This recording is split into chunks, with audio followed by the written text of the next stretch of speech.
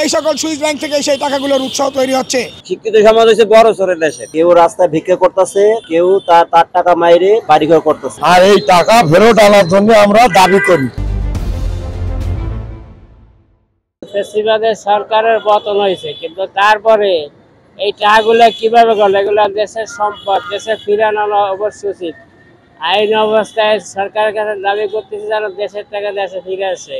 দেশের টাকা যেভাবে আইন যেভাবে দেশের টাকা দেশের মানুষের জন্য কল্যাণের জন্য এই ব্যবহার হয়। কারণ এই আমাদের 5 আগস্ট কিভাবে সুইস ব্যাংকে টাকা গেল এটাই তো আমার মাথায় আসে না। আমরা তো সাধারণ মানুষ, আমরা তো অত কিছু বুঝবো না। আমাদের টাকা আমাদের দেশে কিভাবে ফিরাই না দেয় সেই চেষ্টা করে এই সরকারের কাছে সেই দাবি জানাই। ধন্যবাদ কালের কণ্ঠ। আমরা জানি 5 আগস্টের পরে যে সকল দোসররা এই তথ্যগুলো, এই টাকাগুলো সুইস ব্যাংকে প্রবেশ করিয়েছে, আমরা বিভিন্ন মিডিয়া, বিভিন্ন তথ্য থেকে আমরা অবগত হয়েছি। এই টাকার উৎসগুলো আওয়ামী দোসরদের মাধ্যমে থেকে এসেছে। বর্তমান দেশে এই সন্ত্রাসমূলক কর্মকাণ্ড, দেশে অশান্তিমূলক কর্মকাণ্ড, এই সকল সুইস ব্যাংক থেকে সেই টাকাগুলোর উৎস তৈরি হচ্ছে। আমরা আশা রাখি বাংলাদেশ সরকার অবিলম্বে এই অর্থের উৎস বের করে দ্রুত ব্যবস্থা নেওয়ার জন্য আমরা আশা রাখছি। 5 আগস্টের পরে যে টাকাগুলো সুইস ব্যাংকের ভিতরে ঢুকানো হয়েছে, সেই টাকাগুলো কারা খাইছে? ওই দেশেই হাসিনার লোকজন। এর যে বিচার যদি না হয় তাহলে দেশে কোনো আয় উন্নতি কাজ হবে না। এটা আমরা সাধারণ জনগণ চাচ্ছি যে এটার জন্য আমাদের বিচার হয়, সুস্থ বিচার আমরা চাই।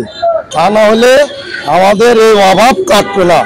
আর এই টাকা ফেরত আনার জন্য আমরা দাবি করি।